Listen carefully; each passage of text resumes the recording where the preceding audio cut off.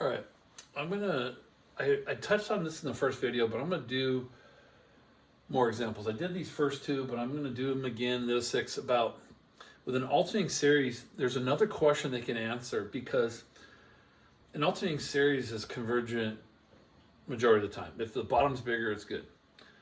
But they'll ask a question, is this series absolutely convergent, conditionally convergent, or divergent? What they mean by absolutely convergent is, would this series be convergent with or without the negative sign? So if it's absolutely convergent, man, I don't care if it's an alternating series or not, it's a convergent series. That's what that means. Conditionally convergent would be, it's convergent with a negative sign. As an alternating series, it's convergent, but if you took out that negative one, it's not a convergent series. That's conditionally. So it's converges on the condition it has the alternating series. And divergent no matter what. I don't care if it's got a negative or not, it's divergent series. Okay?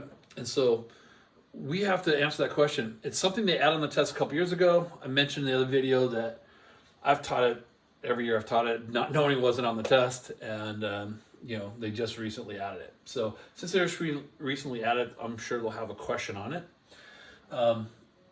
So if you look at the series, all these have a negative one. It could be n or n plus one. I just wrote n. It doesn't matter. They're all alternating series. So what you do is you're going to decide, does the series converge right off the bat? So yes, if the bottom's bigger, it converges by alternating series right off the bat. So I go, this guy converges by alternating series. Now I check the same series, but I take the absolute value of it, which is in a sense no negative sign. That's all. So if you rewrite the series without the negative sign, does that series converge? Well, if we remember by P series, if the gap's only one, that's not enough. So this actually diverges by P series. All right. So since it converges with a negative, but it diverges without, it's conditionally convergent. So I kind of wrote AC for absolute, CC for conditionally. So I'll write it out this time. All right. So that stands out. So conditionally convergent for that first one. Okay. All right. The second one, well, the bottom's bigger, converges by alternating series test because the bottom's bigger. So I can proceed. And I proceed.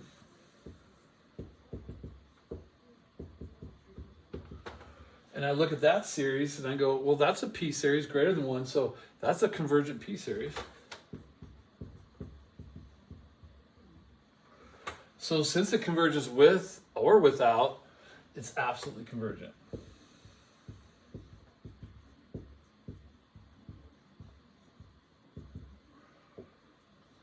All right.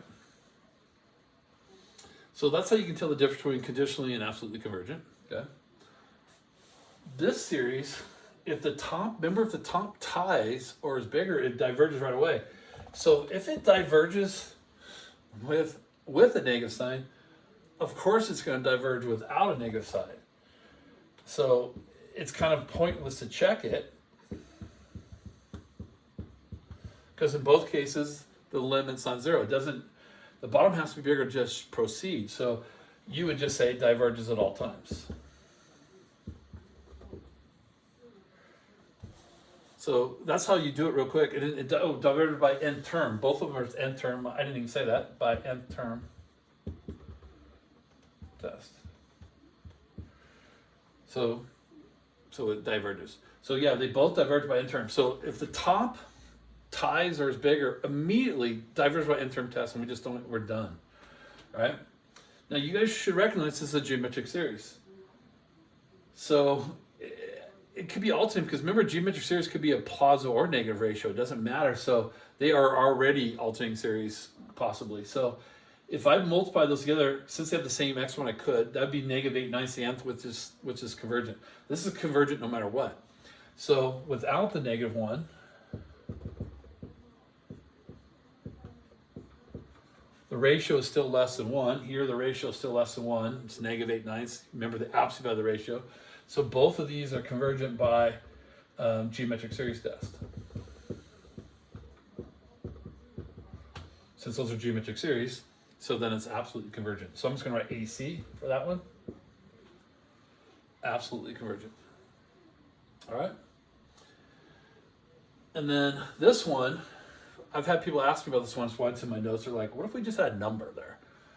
Well, if I plug in 1, I would get -2, then +2, then -2, then +2, then -2.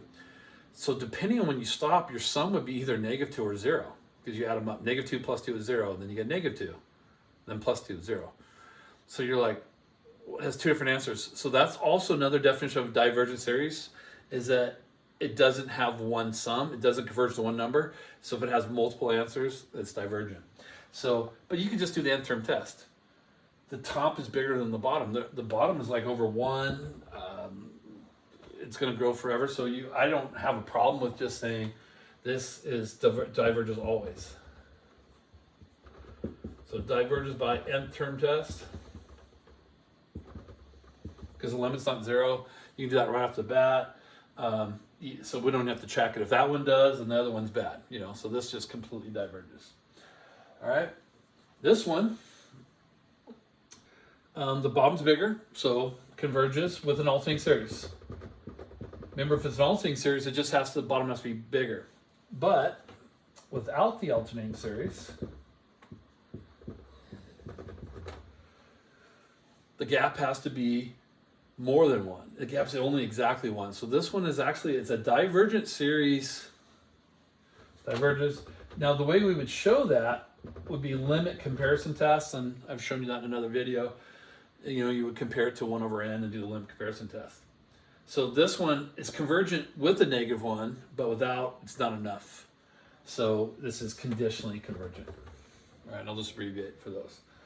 So I want to give you some more just to kind of see some practice. Some people struggle with this a little bit, but just always look at your series and look at the series without the -1, and then that's what we're talking about, okay?